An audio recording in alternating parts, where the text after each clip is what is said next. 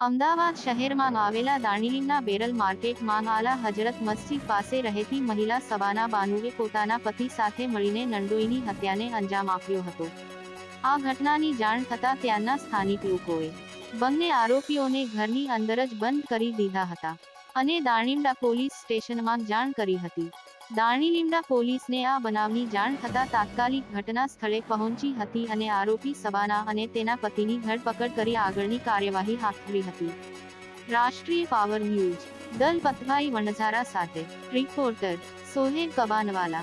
આજરોજ વહેલી સવારે દાણીલીમડા પોલીસ સ્ટેશન વિસ્તારમાં શાહ આલમ આલા હજરત મસ્જિદની બાજુમાં રહેતા સબાના ખાતુન મુર્તુજા રફીક શાહ એ હૈદર શાહ દરોગા શાહની જેની ઉંમર 50 છે જેની હત્યા નિપજાવેલ છે। જે બાબતનો બનાવ આજે દાણીલીમડા પોલીસ સ્ટેશન વિસ્તારમાં બને છે।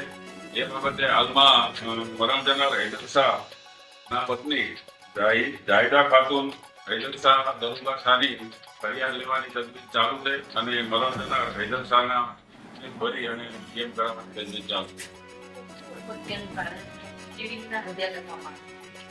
જે મરણ જનાર હૈદર સાથે આરોપી સબાના ખાતુનનો સંદેહ થાય છે અને અગાઉ લગ્ન છે એ મેરાજ હુસૈન સાથે થયેલા।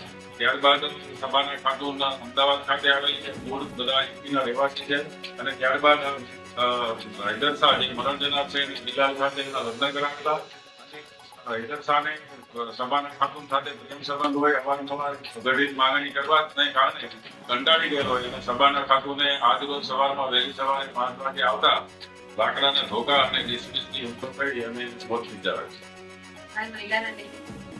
હાલમાં જે સબાના ખાતુન ડોક્ટર મુર્તુજા રફીક શાહની રાઉન્ડ અપ કરવામાં આવે છે અને પૂછપરછ હાથ ધરવામાં આવે છે। સંબંધો શું હતા? વ્યવહારિક સંબંધો શું હતા અને આગળ વારંવાર મરણ જનાર હૈદર શાહ અને સબાના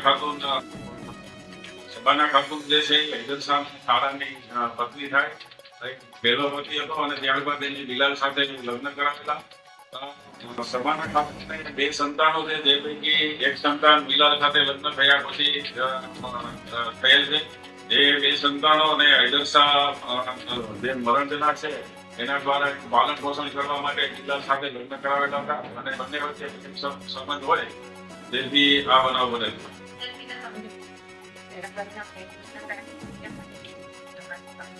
ના પ્રેમ હૈદર શાહ અને સબાના ખાતુન જે તેના સાળા સાથે લગ્ન થયા બાદ એનો સાળો બહાર રહેતો હોય એને સંબંધ થયેલો અને આજથી લગભગ 1.5 વર્ષથી અહીંયા રહેવા આવે છે।